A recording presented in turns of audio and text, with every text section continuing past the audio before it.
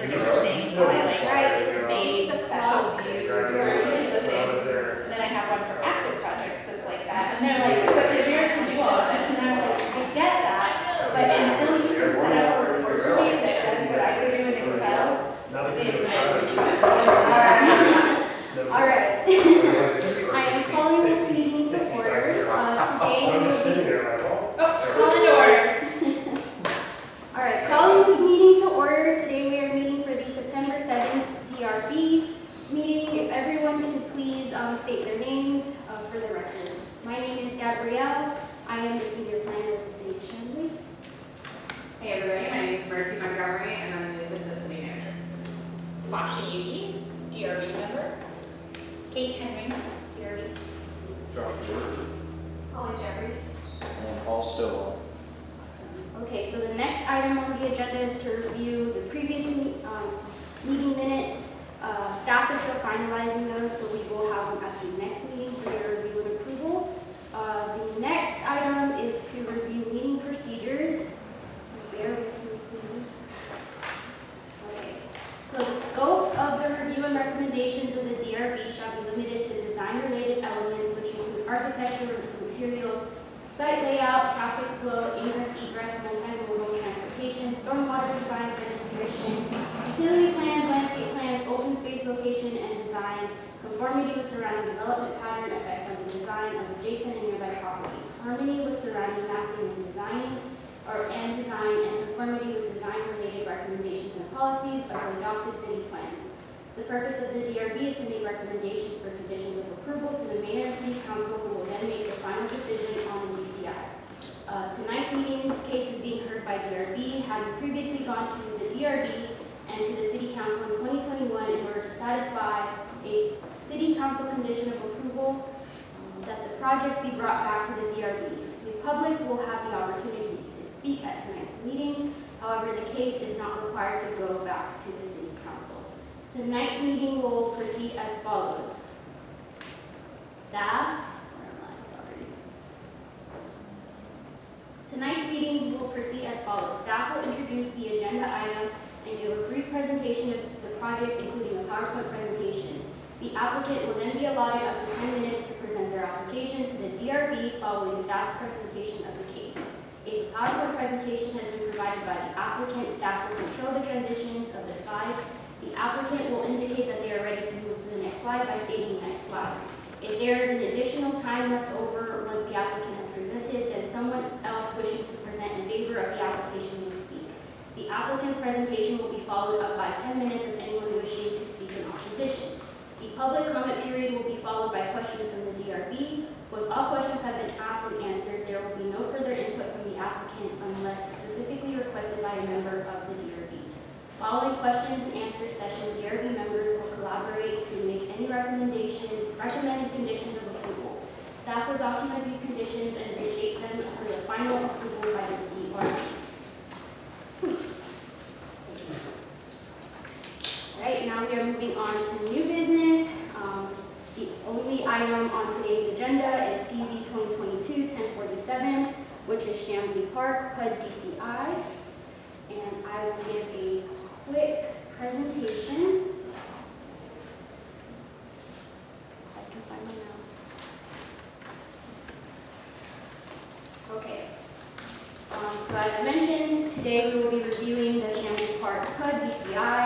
As I previously mentioned, this review is due to a condition of approval from the DCI approval, which states design for retail, commercial, and multifamily uses should be brought back to the design review board prior to the issuance of a building permit as recommended by the DRB. And then the applicant should provide street view renderings that provide detail on the landscaping, sidewalks, multi-use trail, and the building facades.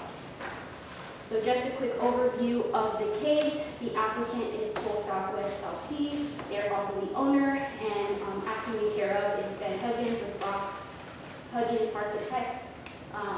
The address is along Parsons Drive and Keaton's Lane, and it is about 30 acres. It is zoned PUD as a result of the rezoning back in 2021.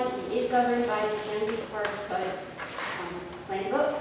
The applicant is requesting that the DRB only reviewed the multifamily portion of the site. They will be providing renderings and all those materials for the retail and commercial at a later date for your approval.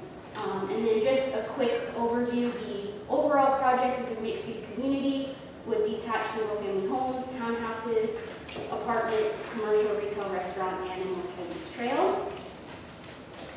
Here is the site plan.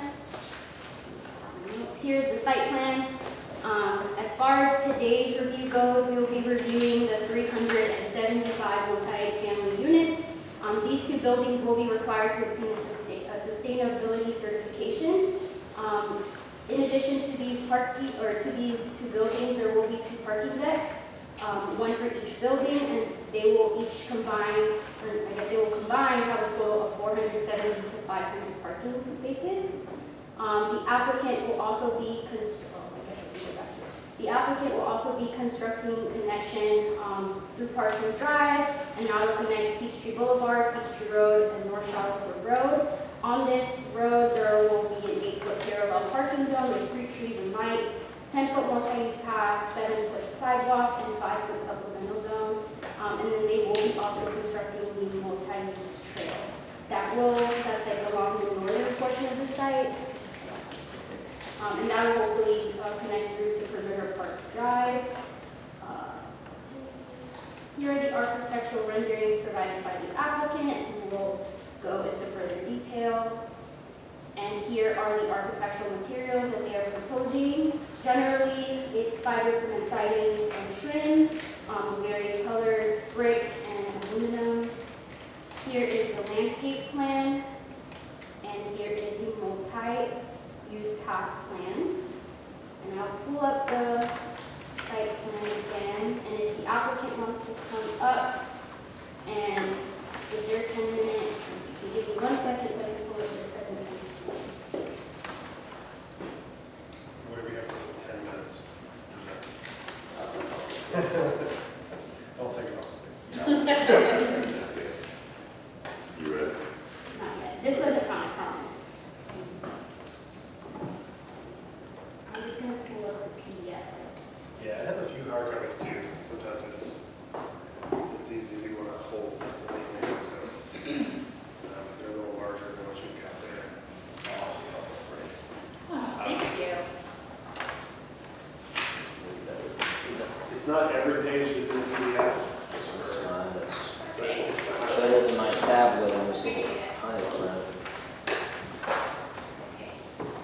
of place it towards you that way you can see what we kind of have. Do you want to start? No. Okay. I want to get all the way up Galloway Library. I'm sorry for my voice. I woke up with this morning. I represent Toll Brothers in this application. As you just heard, the zoning of the property last year was conditioned on coming back to DRB with these renderings and plans for the multifamily and for retail. They're both tied to when the building permits are issued. So prior to issuance of any building permit for either use, we have to come back. So we're here tonight. Ben Hutchins is here to go through the plans with you and answer any questions y'all have, get your input, comments. So. Great, thanks, Woody. Ben Hutchins, Brock Hutchins Architects. I'll go quickly through this just to be sure we get through it, and then we can have further dialogue as needed. But from the site plan here, the 2 buildings we're talking about are on the upper right, both sort of catty corner from the existing Porsche dealership there. Next slide. What you'll notice here, the roof plans of the building suggest that the condensers are on the roof but screened, so not visible from public right-of-way. The parking garages are also only at grade in one structure level each, but they're buried into the existing topography, so they're not visible from the right-of-way. So those were very deliberate moves, try to minimize the impact of the parking. Next. Just the landscape plan, tree replacement. Next. So what was most important for us here, knowing that this isn't an existing context that we're working with. Parsons is being relocated and rethought with the master development. Our thought here was, how do we create a village-like environment? We don't necessarily want to treat it like a Main Street commercial thoroughfare. We want it to feel more intimate, more at home. So we look at these examples from old world streetscapes that have great depth and layering and texture, and try to learn from those. And so that's what we use to influence the architecture here. And the most important thing to note is the continuity of the vertical building segments from ground to sky. Most multifamily these days is very horizontally layered. Brick, fiber cement, you have these sort of horizontal striations. We're trying to actually go against that to help create some different interests within the building, and that's where you get these vertical components. Next slide.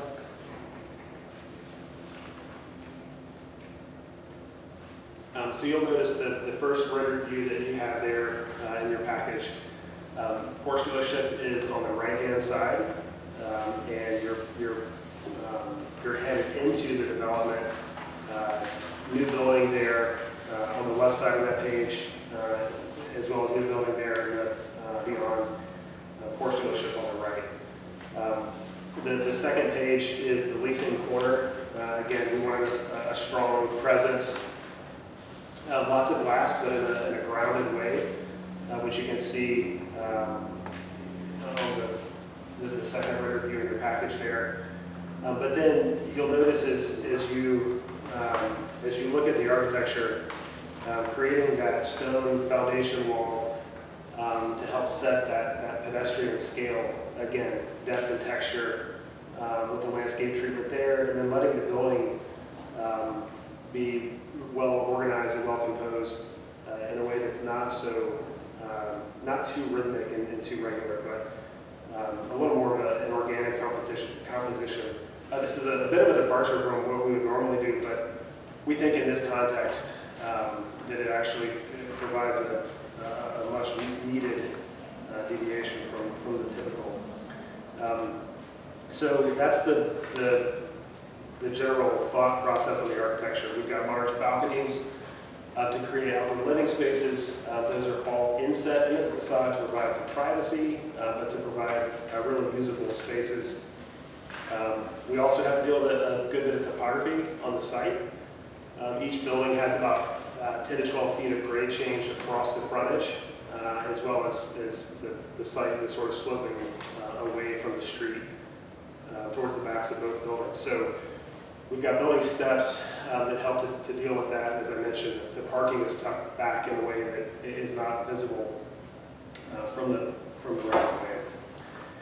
In terms of the building materials, we basically set up three complementary color palettes.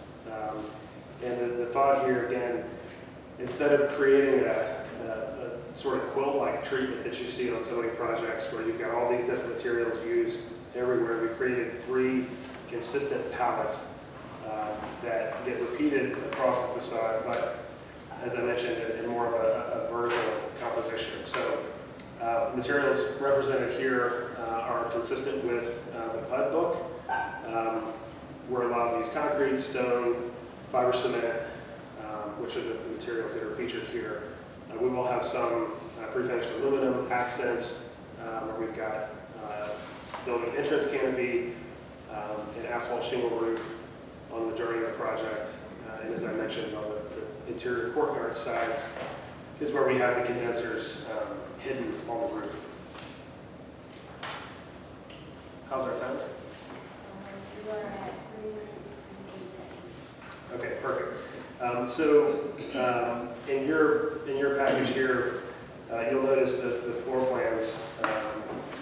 I think here you can see what I was suggesting about the inset balconies, creating these outdoor terraces, street level units, all have that activation where we've got terrace doors with direct sidewalk access. You'll notice, again, dealing with the topography, we've got stoop units that have steps up to terraces, then the building steps down, and we've got terrace level units that have direct access from the sidewalk level. Amenity spaces are concentrated on the ground floor. You'll notice on the A102A plan, you can see at the bottom right corner, you've got your leasing, mail, lobby amenities there. And then the majority of the active amenity space fronts the two courtyards towards the back. So that's general program layout there. Next page is typical residential plan. You get lots of balconies. A107A is the roof plan, and then screening condensers. And then A101B goes to the other building, the U-shaped building that's just across Parsons. Units with street level balcony access, and then screened condensers beyond. So again, working with the PUD book, meeting tier requirements, meeting the other more technical requirements of that, but providing a unique take on the architectural language here. And with that, I'll turn it over to you for feedback or questions. We have a minute and 30 seconds left. Okay. CRB, I am now turning it over to you guys for your recommendations, comments, concerns.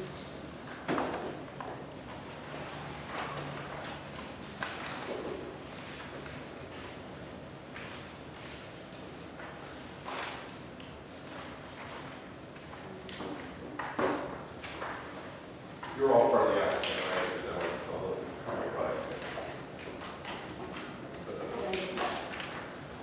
Okay, time for any, anyone to speak in favor, anyone to speak in opposition? No? Okay, now it's time for that meeting.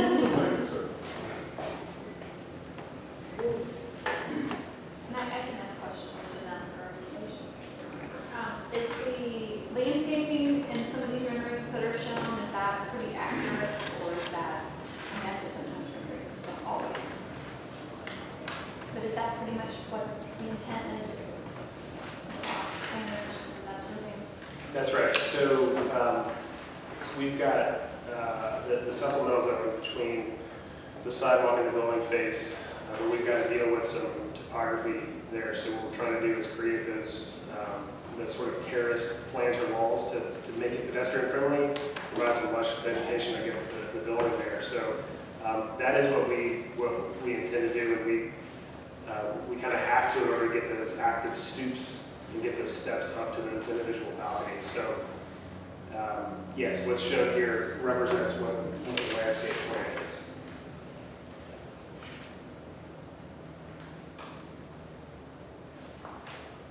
What about further along on Parsons, like this view?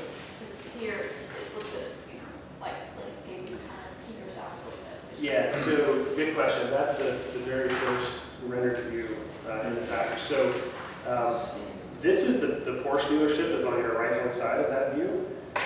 So this is the portion of the multi-use trail that extends all the way to Peachtree Industrial. This is actually, I mean, it's sort of outside of the multifamily project scope or project boundary. It's part of the master development that will get developed to make that sidewalk connection. But we're just showing it here with the correct street lighting and the sidewalk treatment itself. Truthfully, I'm not sure how much real estate we have to work with in front of Porsche to embellish the landscape here, but that's something that we can go back to master development and discuss. But that's why you're not seeing that same level of intense vegetation is just because there's a property line for Porsche that I'm not sure where it exists relative to this. What about the other side? Is that just a rendering? It just wasn't captured?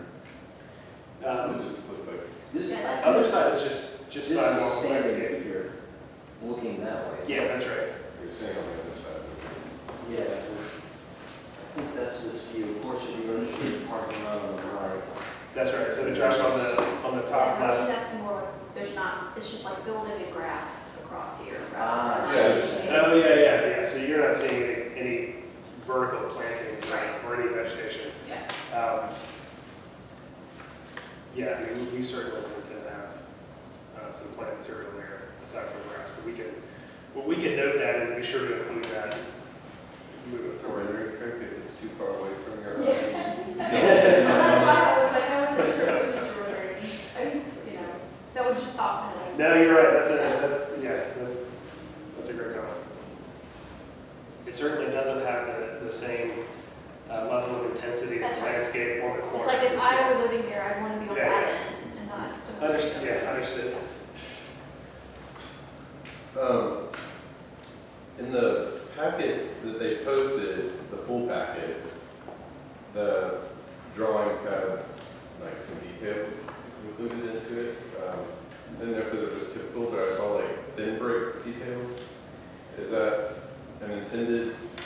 So we included a lot of information with that submittal to be sure, because there are some technical things that we want to be sure were in there, including some of the detailing, window types, things like that. Thin brick detail, the thin brick will only come into play when we start to get over our 30, 35 foot brick threshold. We're trying to take a brick higher up the building than that. Ideally, we avoid it. We've been able to engineer it up to 4 stories without having to do the thin brick, but I think it's kind of back pocket if as we get higher in the building and we've got. Is that just like, I'm guessing this is all wood frame? It is, yeah, type. So is that more of like a, you get over 3 stories really, the That's right. differential movement between Yeah. brick and wood frame? Yeah, that's exactly right. That's right. Again, we would prefer to not use, we won't have it down below by any means. We would prefer to not use it at all. Sometimes if we're trying to extend that expression, Yeah, you should try to do vertical. it gets a little tricky. Yeah. You actually went through that, the other materials that were submitted. We included a bunch of landscape, civil information, again, just to be sure that it was all there in case there were questions. Have you guys done geotech analysis yet? Yes, full geotech has been done. So y'all are feeling confident or have factored in any rock that you might encounter during those parking decks? We don't have any issues with rock where the garages are. In fact, the garages are basically, we have a little bit of retaining that we're doing to kind of hold it back, but we're basically nestling those guys into what's currently Existing. yeah, exactly. We're kind of putting them in the holes on both sides of the development. You said those are single story structures, those tabletops? Grade plus one elevated, yeah. So they're what you might refer to as slip deck parking, where you've got basically just Structured deck is more or less on grade. yeah. That's right. And what is the status of, or how have you guys worked with staff on connecting to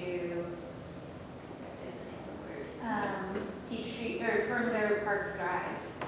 Yeah, good question. Christopher, I don't know if you or Woody had any insight on where we're at with that discussion. I know that's something that came up. Do you mind going to the very first slide with the site plans? Yeah, I can weigh in on that a little bit. We are working with the city on that connection from the end of our development to Peachtree, or what is it called, Peachtree? Perimeter Parkway, yes, correct. Park Drive. So that is in the works. That's a city project, though, city funded, and so that's something this is taking a separate track, but it is moving forward. Yeah, so I think we've made a recommendation that they have a second connection. I don't think it was made a condition of approval to actually have. It's on their plans, a future one, but my thing is, yeah, what's the status? As we're looking at, so the problem is, if you look at the transportation plan, the intersection that all of this dumps into is already a problem area for the city of Chamblee. And we're talking about taking an area that is a bunch of single family homes and dropping in a big multifamily development. And, I mean, 100% that is happening all over our city, and, you know, something that we're having to deal with and find solutions to. But to me, the consistency between the city's connection and providing you a different way out is a critical component of that, especially so that that's like the last intersection before you go north to 285. So from a commute option standpoint, it makes a lot more sense going through the neighborhood and hopping on the new Peachtree to get up to 285 there or Shalford. Do you have, it was a long time that we did this the first time. I pulled up the minutes. From the council? Oh, no, from our meeting. Yeah, so, because what I understood, and only partially remember, is that, that was one of the recommendations we made, was that there would be a second connection, and then also made recommendations about pedestrian connections to other parts of the neighboring neighborhood. I don't recall, I don't believe the council though made them have to do that second connection as part of approval, which is where Dan was saying, is the city. Yeah, do you guys have the status of that project, or if it is a city project, Gabby or Susan? Well, so condition number 5 of the approval says applicant shall provide all necessary easements, construction designs, and/or bonds to enable future vehicular and trail connections through L53 Main Drive at the stub out of the northern property line with the future connection to Perimeter Park Drive as determined by the planning and development director, who will also determine the functional classification of the new roadway for design purposes. The applicant has offered and agreed to pay 1/3 of the design and construction costs of the future connection to Perimeter Point Drive with a maximum of $200,000. In addition, there is a condition that talks about the pedestrian access. Applicant shall explore options for pedestrian connectivity to neighboring developments, particularly in the northern and western portions of the proposed developments, as recommended by the design review board. So I think that we're still showing that other connection. So I think that, you know, I'm not sure what the status of that. Yeah, we're not gonna hold you up on an account of this. I think your condition is clear in the original zoning. I think my question is more to staff about the status of that connection. I believe there was a meeting this week, it may have actually been today, so I got a brief update of the conversation, a conversation related to that punch through had happened. I don't have specifics on that, but we can work to get the group a status update.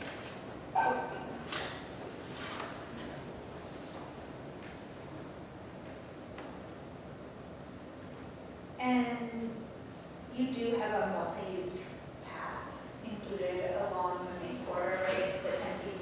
Correct, yes. So, It got increased to 12 during this process last round. is that connecting to something? Like, just sort of goes to the conversation we were just having about Porsche. It's like, if you look at the civil plan, it's slightly different than the architectural plan. The architectural plan shows that path more or less a consistent width all the way to the intersection. The civil plan looks like it peters down to more of like a 5-foot. Are you talking about which end are you of the property? Yeah, as it goes past Porsche. Portion, that's CID stuff. That becomes CID on that end. On the northern, through the property, we have a consistent 12 foot. Yeah, I guess where I was going and didn't say is where is the stop line for what maybe 12 feet? Yeah, Our property line for It's at the property line, yeah, we had, that's part of what Ben was talking about earlier, was we're up against the Porsche property line, so there wasn't as much maybe landscaping.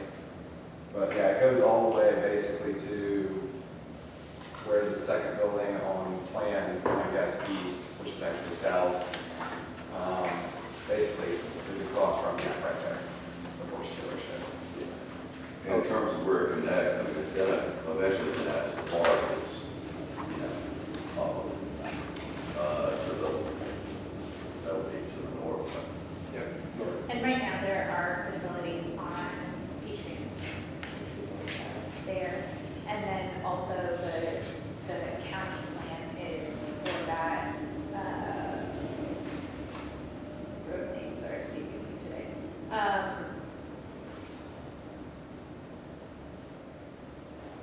for Peachtree Road, like directly across from Parsons, is on the county plan for a bike ped connection too.